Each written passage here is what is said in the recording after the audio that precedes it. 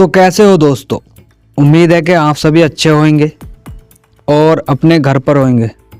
तो पेश हैं आज की मुख्य 10 बड़ी खबर। नई दिल्ली से श्रीनगर के बीच स्लीपर ट्रेन चलाई जाएगी, जिसके जरिए आप 13 घंटे बीच यह दूरी तय कर सकेंगे। इस रूट पर रेलगाड़ी बर्फ से ढकी पहियों से भी होकर गुजरेगी।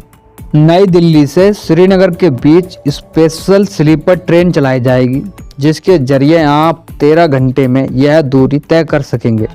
इस रूट पर यह रेलगाड़ी बर्फ से ढकी पहियों से भी होकर गुजरेगी और जो शानदार भारतीय रेलवे जम्मू कश्मीर के लिए 2 स्पेशल ट्रेनें चलाने की तैयारी में है। बताया जा रहा है कि आने वाले महीनों में कमिश्नर कश्मीर से कनेक्टिविटी बढ़ाने का प्लान है। इसके तहत नई दिल्ली से श्रीनगर के बीच स्पेशल स्लीपर ट्रेन चलाई जाएगी।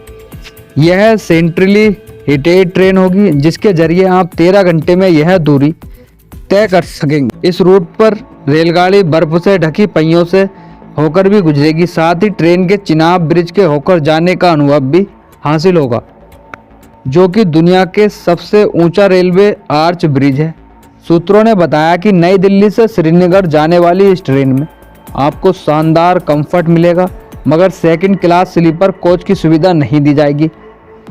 पहले ये मानना जरूरी है कि जहाँ तक कटरा बारामूला रूट का सवाल है, तो इसके लिए 8 कोच वाली वंदे भारत ट्रेन चलाई जाएगी, जिसमें 4 चेयर कार सीटिंग की सुविधा मिलेगी।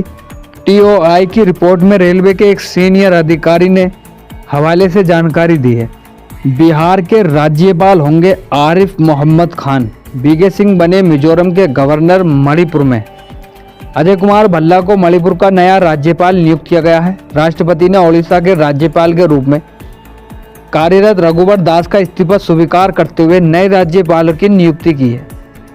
इसके बीच पूर्व सेना प्रमुख व पूर्व केंद्रीय मंत्री जनरल बीके सिंह को मिजोरम का राज्यपाल नियुक्त किया गया है। वहीं आरिफ मोहम्मद खान बिहार के राज्यपाल होंगे। इनके अलावा पूर्व गृह सचिव अजय कुमार भल्ला को मणिपुर का नया राज्यपाल नियुक्त किया गया है। राष्ट्रपति भवन की ओर से जारी एक प्रेस विज्ञप्ति में देश भर के विभिन्न राज्यों में नए राज्यपालों की नियुक्ति की घोषणा की गई है। राष्ट्रपति द्रौपदी मुर्मू ने ओडिशा के राज्यपाल के रूप में कार्यरत रघुवर दास का इस्तीफा स्वीकार करते हुए नए राज्यपाल की नियुक्ति की मंजूरी दी है। डॉक्टर हरिबाबू कंबापति मिजोरम के वर्तमान राज्यपाल को ओडिशा का राज्यपाल बनाया गया। वहीं जनरल डॉक्टर विजय कुमार सिंह सेवानिवृत्त उन्हें मिजोरम का नया राज्यपाल बनाया गया है और आरिफ मोहम्मद खान केरल के वर्तमान राज्यपाल को बिहार का राज्यपाल नियुक्त किया गया है। जम्मू कश्मीर में बड़ा हादसा हुआ। 300 फुट गहरी खाई में गिरा सेना का एक ट्रक, जिसमें 5 जवानों की मौत हो गई। सेना की एक गाड़ी के दुर्घटना में 5 जवानों की मौत हो गई। व्हाइट नाइट कोर की ओर से बताया गया कि रेस्क्यू ऑपरेशन जारी है और घायल जवानों का इलाज भी किया जा रहा है।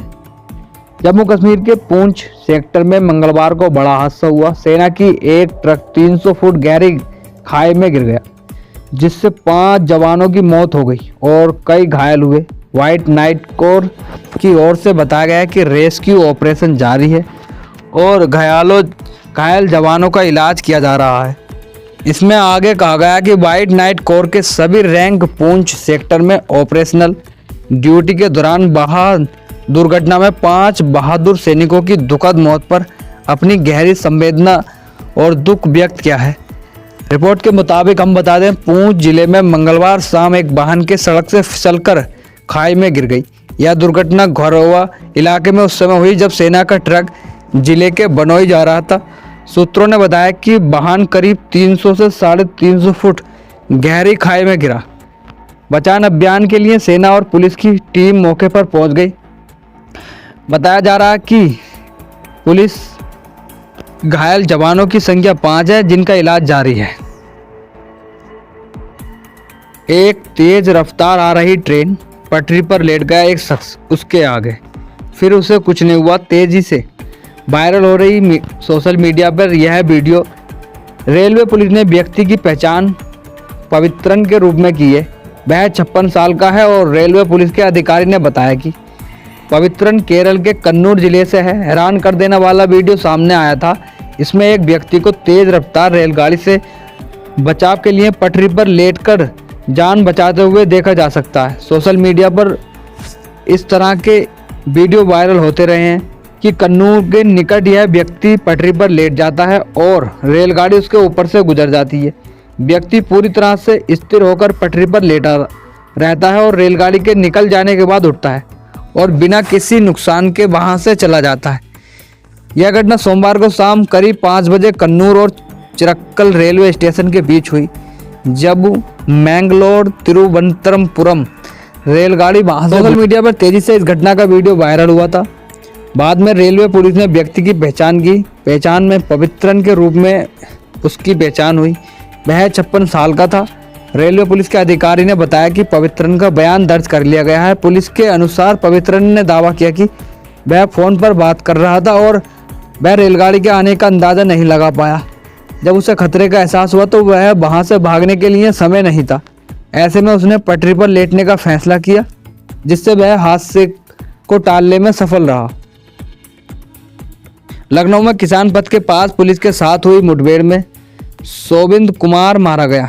एक अलग मुठभेड़ में गाजीपुर पुलिस और स्वाट सोशल वेपन्स एंड टैक्टिक्स निगरानी टीम ने सनी दयाल को मार डाला।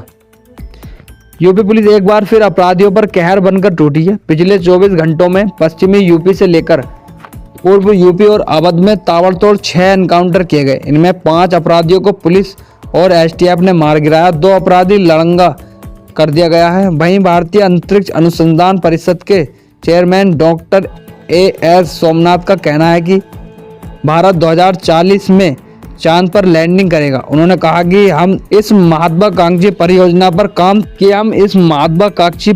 पर काम शुरू करने वाले हैं और इंसान को चांद पर लैंड कराएंगे। यही नहीं, भारतीय अंतरिक्ष स्टेशन भी 2035 में स्थापित करने का लक्ष्य तय किया गया है। राज्यसभा के उपसभापति हरिवंश ने विपक्ष का वह नोटिस खारिज कर दिया था जिसमें पक्षपातपूर्ण तरीके से उच्च सदन के संचालन का आरोप लगाते हुए जगदीप धनखड़ को पद से हटाने की बात करी गई थी। उपराष्ट्रपति जगदीप धनखड़ ने उन्हें राज्यसभा के सभापति पद से हटाने की मांग वाले विपक्ष के नोटिस पर मंगलवार को बड़ा बयान दिया। उन्होंने कहा कि संवैधानिक पदों पर बैठे लोगों के पास कुछ जिम्मेदारियां होती हैं। उन्हें संवैधानिकता को लेकर प्रतिबद्धता दिखानी चाहिए। वे हिसाब बराबर करने की स्थिति में नहीं होते।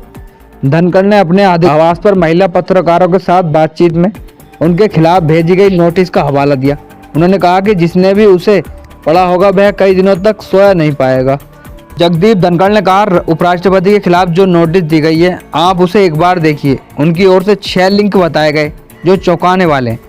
चंद्रशेखर जी कहते थे कि अगर बाईपास सर्जरी करनी हो तो इसके लिए रसोई के चाकू का इस्तेमाल नहीं करना चाहिए। मेरे मामले में तो नोटिस लिखने वाले व्यक्ति ने जंग लगे चाकू का उपयोग किया है। इससे पढ़ने के बाद मैं दंग रह गया। मुझे हैरानी है कि आप में से किसी ने भी इसे नहीं पढ़ा, जगदीप धनखड़ ने कहा। पाकिस्तान के प्रधानमंत्री शहबाज शरीफ का गुस्सा। अमेरिका ने नाइंसाफी की है। हमारे हथियार तो सुरक्षा के लिए हैं, पाबंदी पर खूब भड़के पाकिस्तान के प्रधानमंत्री शहबाज शरीफ। पीएम शहबाज शरीफ ने कहा कि मिसाइल का कार्यक्रम मेरा नहीं है, ना ही किसी राजनीतिक दल का है। यह देश के 240 मिलियन लोगों का है और इसे लेकर कोई समझौता नहीं होगा। पाकिस्तान प्रधानमंत्री शहबाज शरीफ अमेरिका की ओर से उसके मिसाइल कार्यक्रम को लेकर लगाए प्रतिबंधों पर भड़के हुए हैं। उन्होंने मंगलवार को कहा कि हमारे देश पर लगाए गए अमेरिकी प्रतिबंधों का कोई औचित्य नहीं है। उन्होंने यह भी साफ कर दिया कि मिसाइल कार्यक्रम को लेकर कोई समझौता नहीं होगा। संघीय कैबिनेट की बैठक में बोलते हुए पीएम शहबाज ने कहा कि पाकिस्तान का परमाणु कार्यक्रम पूरी तरह से रक्षात्मक मकसद के लिए है, आक्रामकता के लिए इसका इस्तेमाल नहीं किया जाएगा। देश अपनी सुरक्षा के लिए मजबूत कदम आगे भी उठाता रहेगा। शहबाज शरीफ ने राष्ट्रीय सुरक्षा परिषद और पाकिस्तानी फर्मों पर लगाई गई पाबंदियों को लेकर कड़ा एतराज जताया। उन्होंने कहा कि ऐसी कार्रवाई का कोई कारण नहीं बनता है। पाकिस्तान के विदेश मंत्रालय ने भी इस मामले पर कड़ी प्रतिक्रिया दी है। इसका हवाला देते हुए पीएम शहबाज ने कहा कि मिसाइल कार्यक्रम मेरा नहीं है, ना ही किसी राजनीतिक नेता का है, बल्कि यह देश के 240 मिलियन लोगों का है और इस पर पूरा देश इस मुद्दे पर एकजुट हो गया है। संध्या थिएटर में हुई भगदड़ मामले में आज हैदराबाद पुलिस के सामने अल्लू अर्जुन पेश हुए। उनसे पुलिस ने 12 सवाल पूछे। सवाल: महिला की मौत कितने बाउंसर थे और किसके कहने पर पहुंचे? पुष्पा 2 फिल्म के लीड एक्टर और सुपरस्टार अल्लू अर्जुन मंगलवार को संध्या थिएटर के बाहर हुई भगदड़ मामले में हैदराबाद पुलिस के सामने पेश हुए। पुलिस अधिकारियों ने उनसे 4 घंटे पूछताछ की। पूछताछ के बाद अल्लू अर्जुन को घर भेज दिया गया। पुलिस ने एक्टर से 12 सवाल पूछे। पुलिस से जुड़े सूत्रों का कहना है कि सवाल जवाब के बाद अल्लू अर्जुन की मुश्किलें अभी कम नहीं हुई हैं। इस बीच पुलिस ने उनके एक बाउंसर को गिरफ्तार कर लिया है।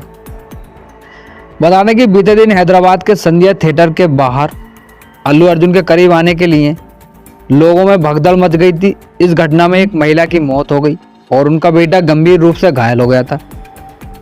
बच्चों का भी अस्पताल में इलाज चल रहा है। सोमवार को फिल्म निर्माताओं ने अस्पताल जाकर पीड़ित परिवार को 50 लाख का चेक देकर आर्थिक मदद की। उधर प्रकरण पर पुलिस ने अभिनेता को गिरफ्तार भी किया था। एक रात जेल की हवा काटने के बाद अल्लू अर्जुन जमानत पर बाहर आए। हिमंता शर्मा की मुश्किलें बढ़ाएंगी ममता बनर्जी। भाजपा के खिलाफ असम में टीएमसी का क्या ऐलान है और क्या प्लान है? भारी संख्या में नेताओं का टीएमसी में शामिल होना असम में भाजपा के लिए चिंता का सबब हो सकता है। टीएमसी जो अब तक बंगाल की राजनीति में प्रभावशाली रही है, अब असम में भी अपनी जड़ें मजबूत करने में लगी है। गुवाहाटी में शुक्रवार को हुए एक खास कार्यक्रम में असम की सियासत ने नया मोड़ लिया, जब लगभग 500 नेताओं और कार्यकर्ताओं ने तृणमूल कांग्रेस टीएमसी का दामन थाम लिया।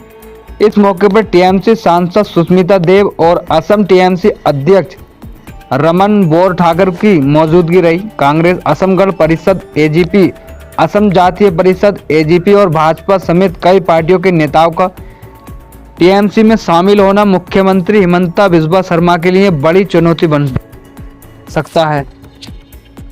सुष्मिता देव ने कहा कि इन नेताओं को उनकी पार्टियों में नजरअंदाज किया जा रहा था, जिसकी वजह से उन्होंने टीएमसी का रुख किया। उन्होंने जोर देकर कहा, टीएमसी एक जमीनी कार्यकर्ताओं की पार्टी है और हम असम में एक मजबूत टीम बनाने की कोशिश कर रहे हैं। भाजपा के खिलाफ कांग्रेस से सीधी लड़ाई में भाजपा जीतती है, लेकिन जब लड़ाई टीएमसी, डीएमके या समाजवादी पार्टी जैसी पार्टियों से होती है तो भाजपा हारती है। इसलिए असम के लोगों को राष्ट्रीय पार्टियों की बजाय क्षेत्रीय पार्टियों को प्राथमिकता देनी चाहिए।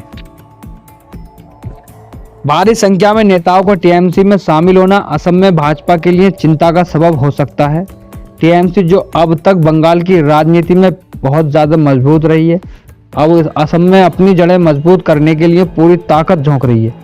करीब 17-18 समुदाय के नेताओं का टीएमसी में शामिल होना इस बात का संकेत है कि पार्टी राज्य में एक मजबूत विकल्प बनने की तैयारी में है।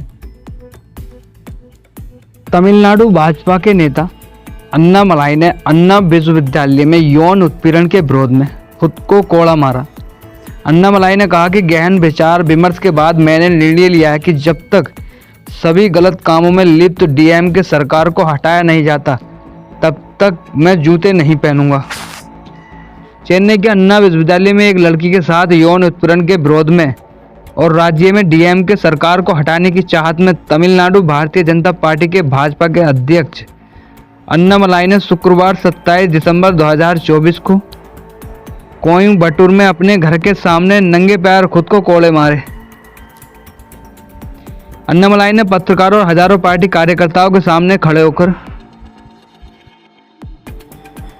खुद को 6 बार कोड़े मारे।